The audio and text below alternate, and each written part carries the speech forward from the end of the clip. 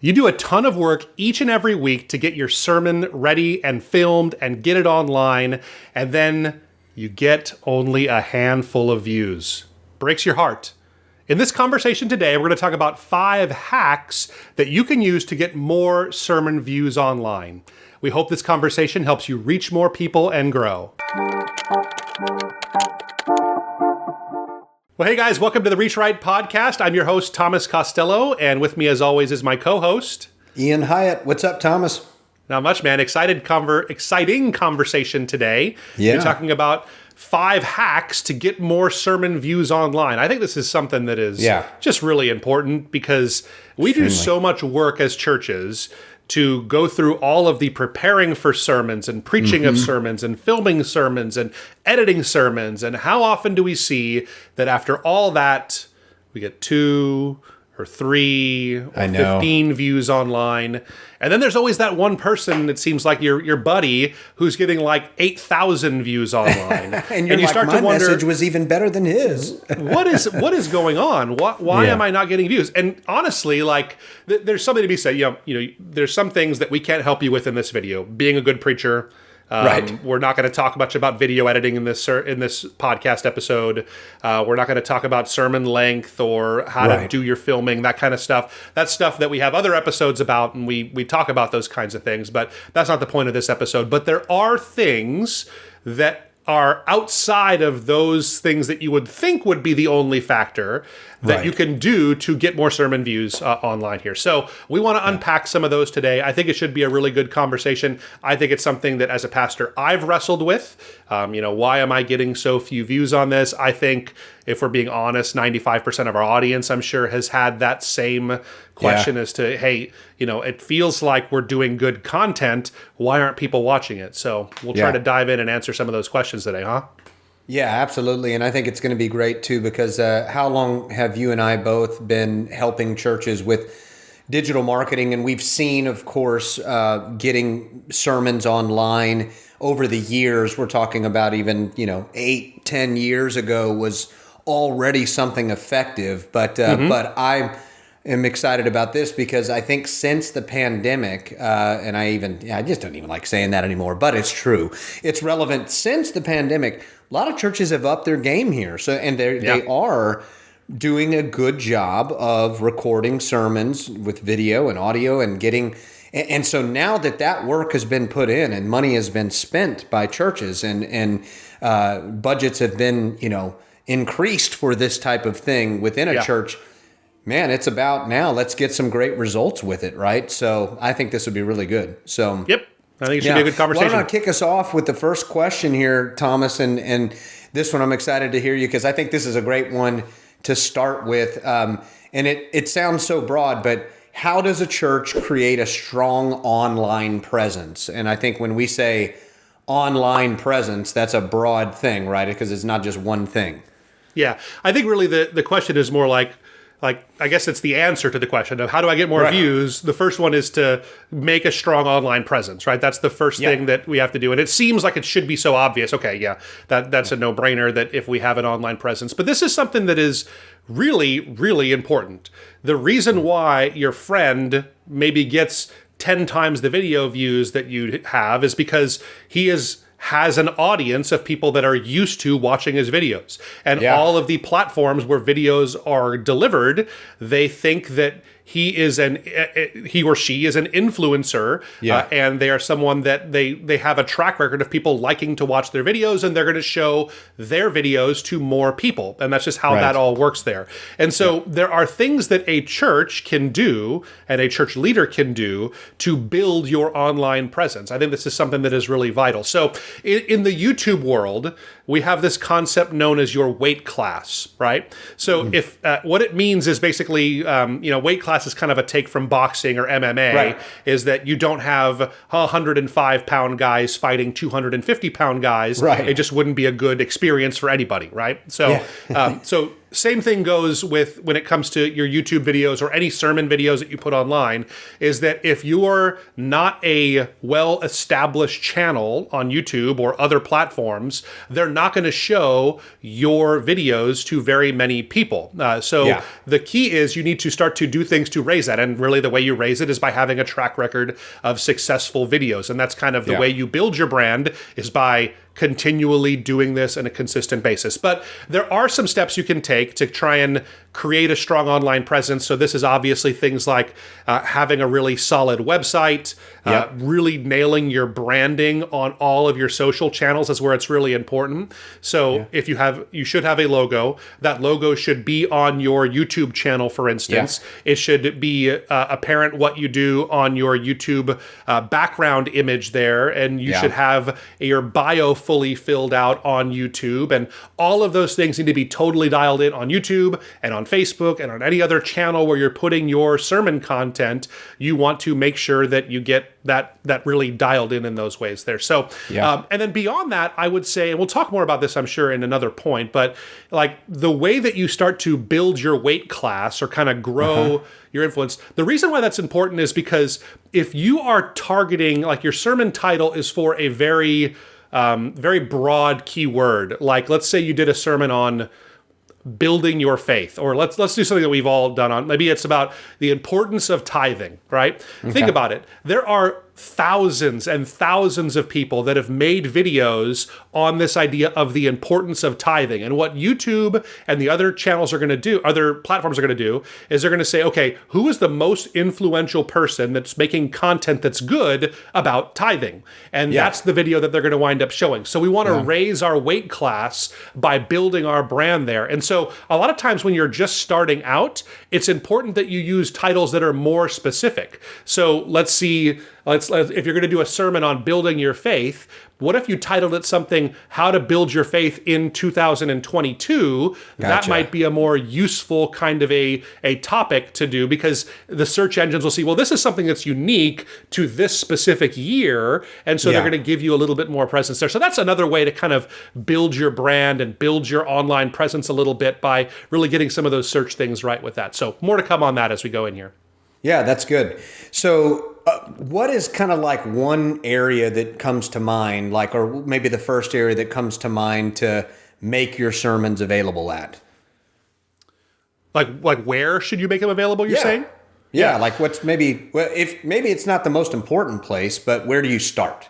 Yeah, I think that I think you have to have it on your website, right? Like that's the first place that every church should be putting your sermons there. So there's other channels, and usually you're going to use another channel like a YouTube or a Vimeo, or I know we use for our video, we use Cloudflare a lot of times on our website for some videos. So there's lots of different ways that you will upload your video, but the place where you want it to live is on your church's website. And there's a few reasons for this. I think that it gives your website as a whole a lot of juice. Google is still the number one search engine, and it's usually showing website results. It does show video results very often, but the idea of if someone's looking for a church in their city, they're probably not going to show a video on building your faith or on tithing from that church. They're going to try and show a list of churches that are there. So you want to build the search presence on your actual website there. And so one of the ways that you do that, again, back to building your online presence, is actually putting your sermons there. But the other thing too is it gives you full control over that audience. The people that are there on your site, it's not going to show them ads for other sermons to watch or other non-sermon or, counterpoints to what you said in your sermon. I've seen that kind of stuff pop up before. Like they give alternative views to people on other platforms. So you have full control over this. And then you get to actually do better with your calls to action. It's better to call people to action on your church website than it is on another platform like a Facebook, Instagram, or a YouTube. You can have a form right below your sermon that says, hey, have questions, fill this out. We'd love to talk to you more about it. Or, hey, want to visit us for the first time? Let us know you're coming. So you can call people to action on there. They can give easily right after a message. That's another call to action. Yeah, absolutely. So if I was to choose just one place, it would absolutely be Facebook. Or not Facebook. It would be our church website. Facebook might be like the fourth option, I think, on there. But your church website would be number one. That's good stuff. That's good stuff. So cool. Anything else that, you want to do on your website with the sermons, other than you mentioned I think you hit on the biggest thing, which is you have control when, they're on the website, you have more control. They can't wander off. When you were talking about that, I was thinking sometimes I've been on YouTube watching something and, there's a movie trailer or something that pops up and I'm like, oh yeah, I want to check that out real quick or something. And so, I think captive audience is a good one you mentioned. Yeah, I think if I say one more thing about the church website and what you're going to do when you upload your sermons, the biggest mistake we see churches make all the time is just putting a sermon and a title, like a video and a title on there, and not having other text content on that page. So I think that on that landing page, it is so important that you actually have a description that is somewhat sizable of what the content of this actual video is. Yeah. Google is getting really smart. They own YouTube, and so they're getting good at watching videos and using algorithms to determine, hey, what is in this? But really, there's so much video that's loaded onto YouTube and other platforms every single day that they're not able to really keep up with that demand and really pinpoint what this video is about. So they rely on our text that we put into the YouTube description, or in this case, the church website description, putting that content in there to determine what this video is all about there. So some general guidelines is if you can find a way to get up to 600 words on this content, that will help you, so a good chunk, but at least 300 I think is a goal. The easiest thing is if you're a church that does like a manuscript or something like a manuscript, kind of an outline, put that in there. Put that actual manuscript onto your page. It might be 7,000, 8,000 words. There's nothing wrong with that. Having that volume of content, it really is something that is preferable when it comes to search engine optimization there. So really dialing in your descriptions. And then one other little thing I think is having some kind of a thumbnail that goes with it. But we'll talk more about that in some of our other points here. Okay, cool. Yeah, well, the next one here, so what's coming to mind for me is YouTube videos. Yep. So what do we say about that? YouTube is, after your website, the most important place to put your sermon videos. There you go. There is a little bit of debate right now as to whether it's a good platform for sermon videos if you are trying to build a YouTube channel. The reason for that is, generally speaking, YouTube prefers shorter form content than longer form content. And by shorter form, I guess they're kind of... The prime YouTube video is like 6 or 7 minutes, right? So if you're preaching 6 or 7 minute sermons, drop your address in the comments. I'd like to come visit your church sometime and see how you guys do that there. But so I think that it's not the perfect platform for sermon video. And so that's why in a lot of cases it makes sense to cut up your sermon into a few chunks. If you have a point that's 5 to 10 minutes, maybe that would make a good YouTube video all by itself. But I still think that there is a case to be made, and it's valuable for people to have your sermons on YouTube. I think that there's a lot of kind of tips and tricks we can give you on how to get more views on these YouTube videos for your sermons, like really nailing your titles, making sure that you have keywords in those. The biggest piece of advice, and honestly, this is so flooring to me when we saw the difference this made when we really started to put some emphasis on it, is really nailing your YouTube thumbnails for your sermon. So I see a lot of churches, they'll use just their series graphic, or they'll just put the title of their sermon with the same image on every single sermon that they have on their YouTube channel with a different title on there. Or maybe they just put like the title of the sermon on the thumbnail, they'll repeat it, or they'll just put the date on there. There's lots of bad things that we see. But here's the thing. With YouTube, your thumbnail is the primary way that people decide whether or not they're going to click on it. The first thing we notice about almost every YouTube video is not the title of the video, it's definitely not the description of the video, it's the graphical thumbnail that you have there. So in most cases, what we think is best for churches is that you have a descriptive, keyword-rich sermon title. Is tithing biblical in 2022? Might be a good title for a sermon that you want to, it's very search rich, lots of things like that. And then the thumbnail, it needs to be really descriptive, and it should be not the title again, but it should be a companion to the title. Like something like, is tithing necessary? And then maybe an image of the pastor of the church kind of doing a question face or something like that, or someone wondering, something we've done a lot of testing with this, and we've seen that close-ups of people's faces, like right on their faces, my face, your face. We do that a lot here at Reach Right.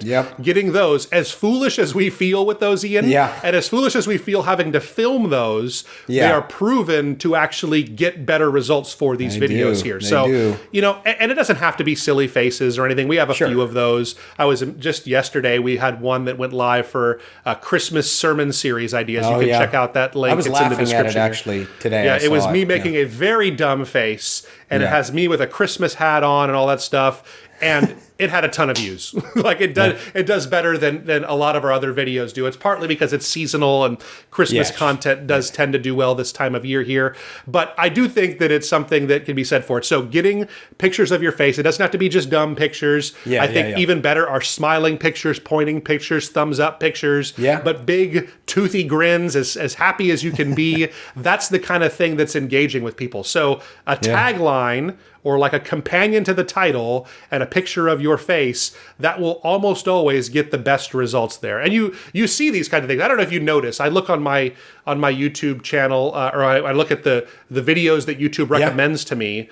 The thumbnails are out of control sometimes. Like, I don't know why I it usually is because I've watched stuff like this before, but I tend to get a lot of videos recommended to me about past natural disasters on YouTube. And maybe I've watched that before, like tsunami footage or something like that. And they always have the most exaggerated picture of a tsunami that's like overtaking an entire city skyline. It's taller than that. And they want us to believe that this is like a real thing or something that they're going to show you in the video. It's I don't recommend doing that. Don't overpromise on these thumbnails. Right. But I think it goes to show how important these thumbnails are to what's driving clicks on the actual site there. So it's kind of long-winded on that answer, but I hope that kind of gives people some ideas on how you can improve results there. Definitely. No, you want to leverage YouTube as much as possible. So, well, good. So I think other social medias come into mind. So sharing the message on, obviously, I think most churches have been doing it on Facebook. What else should they be doing? Yeah, Facebook, to be honest with you, I am seeing such diminishing results for us, for churches, for everybody when it comes to Facebook video. We'll post a video and we'll get a few hundred views in the first day on one channel on YouTube. And then we'll put that exact same video, same thumbnail, same content, good stuff. We tailor the actual description for Facebook. 6, 7 views, a handful of people will watch that there. Facebook has really built itself around the need to be monetized if you want to succeed. It is what started as lots of organic reach. It has become very heavily dependent on, you need to pay if you want to reach people on Facebook. Right. And that's not just for small accounts or medium-sized accounts. We have a few thousand followers on Facebook. This is the same for very large accounts, that they're only getting a handful of views if they're putting video content on there. So I am seeing less and less results from there. I think, like we said before, there is a case to be made for some of these short form video platforms. So Instagram Reels, TikTok. Now, TikTok allows you to do up to 15 minutes. And so maybe you can have a very edited version of your sermon on there on TikTok. I don't recommend that still, though. We're doing some testing around that right now here at Reach Right. But I don't think that you're going to get the best results. I think you're better off taking clips of your sermon and putting them onto more of these short form video type of platforms there. So those are some of the big ones that I see, though. I think that Facebook is the obvious one for long form video. I don't expect much. I don't really think that's going to be changing. I don't see any real future there right now, but this is social media. It's all subject to change. But I think that if I were looking for other channels, I think clips, short forms, edited versions of full-length sermons, putting those onto Instagram Reels, YouTube Shorts, and TikTok, obviously. I think those are really good opportunities for churches. Yeah, no, that's good stuff. Yeah. Well, good. Well, lastly, I guess, this last one here is kind of, a little unexpected, or maybe unthought of. So, it's kind of about networking, right? It's almost kind of like using your sphere, right, to get messages out there. Yeah, absolutely. I think that this is something that I think it rubs a lot of people the wrong way, the thought of it at least. But I think as we explain it, it won't feel as bad, I think. So the idea is doing collaborations with other people who have larger platforms than you do. So people that have a bigger brand or they have more followers on certain channels, whether it be YouTube or TikTok or any other place there. We talked extensively about this in our video from last week about TikTok and how to leverage other people's audiences. But I think YouTube is a perfect place to be doing some more collaboration type things. So let me tell you what that actually looks like, though. It doesn't, what we don't mean by that is, writing your favorite, YouTube celebrities and saying, hey, can you share my content on your site? Because you'll be met with a stiff no, we don't do that. That's just how that works there, right? So, if you get a response at all. But what it does look like is, for most churches, most pastors, you probably preach at other churches from time to time. Maybe there's a local church, or maybe you're a part of a church plant that had a church that sent you. There's nothing wrong with doing a kind of a preaching exchange there, where you go preach at someone's church and they come preach at yours, or you have a guest speaker come in. But when that happens, be sure you encourage them to share that content on their platforms. If you're bringing in guest speakers from out of town, they probably have some kind of a following on social media or some other kind of digital footprint out there. And that is a large audience in a lot of cases that is totally unfamiliar with you and your church. And here's the thing about video content online is, once you get the first view, once they watch you one time, and maybe it's even someone that they're familiar with watching your channel one time, from that point forward, it is easier to reach that audience in the future there. That's why when you watch one video about natural disasters, now my feed on YouTube is full of natural disaster videos, because they think, hey, this guy loves natural disasters. He's a big fan of this stuff. They keep giving me this kind of content. So the same thing goes. If you bring in a guest speaker and guest speaker Joe comes in and they notice that, hey, a lot of these people that watched Joe's videos before, they're now watching this channel's videos, I'm going to show more of Joe's followers this channel, your church's videos. That's kind of the idea behind that there. So it is something that's probably the most natural way that it would happen. But think about this too. Within your church, if you have a church of a few hundred people, you probably have someone in your church that is at least a minor influencer. And this can be really anybody. It doesn't have to be just a makeup influencer or a fragrance influencer. That's what we think of. We think of Kardashians and Justin Biebers and these kinds of people, that they're the influencers out there. But it could be about any kind of a topic there. Consider talking to them about how you can, ask them for advice. Hey, what can we do to reach more people with our sermon videos? And maybe it comes up that, they can help you do a video, and then they share that with their audience. And, while most of their audience that maybe is interested in, I don't know, maybe you have a billiards influencer in your church. Most of them aren't going to be interested in your sermon content, but some will, and it'll start to build your audience that way. So collaboration is one of the most natural and organic ways to help you build that audience. Remember, we were talking about that guy down the road who, he preaches, he's not as good a preacher as you are, but he's getting 10 times as many views. Do a sermon exchange with him. Invite him to come over and preach at your church, and you preach at his, and have that conversation that way, and it'll start to leverage each other's audience. And in most cases, because we're talking about all for the kingdom, most people are going to be okay with this when it's something that's on a local level, when you have some level of relationship with people in that way. So it's a big opportunity, I think, for churches. Yeah, and it's natural. I like how you made it, because a lot of times people think that, oh gosh, I'm going to be, infringing upon someone or whatever. But if you already have these relationships, or someone like even a minor influencer, like you said, at your church, it's kind of natural thing, not that hard. Yeah, absolutely. Yeah, I think it's good stuff there. So good. Yeah, I think this is something that so many churches and church leaders really struggle with, and I don't know. It's probably the source of depression, I think, for a lot of people. Just kind of we look at the numbers and you work so hard on this stuff. I know. I'll be the first to tell you, we still have misses here at Reach right? So, there'll be times where we'll do a video and we'll have one of those, it'll have 12 views after a week or something like that. I'm like, what did we do wrong? What was wrong with this? So I'm not saying we have it all figured out with this here, and by comparison, we're a very small channel compared to other things that are out there, other platforms and influencers that are there. So this is just things that we are learning, and we are actively trying to figure these things out for you and with you, with our audience here. So, so I say all this. Don't be discouraged. This is something that is common to everybody. Even the biggest influencers have misses or things that don't do as well as they think. So don't be discouraged by that. Keep trying. Get back up on there. Keep doing what you're doing. I think that there is a case to be made for investing even more into your sermon production, more time in preparation, all those things. But hopefully these few tips will take what you're already doing and help you get, if you just apply one or two of them, I think you'll start to get more views and you'll start to see a difference. Be consistent, and I think you'll see results. That's awesome. Good advice. Awesome. Cool. If this has been helpful to you guys, it would mean a lot to us if you would rate, review, subscribe. Let us know in the comments if you have any questions about something that we're seeing. This is really kind of an Ask Me Anything. We do promise we'll get back to every response that's on here within reason, I guess.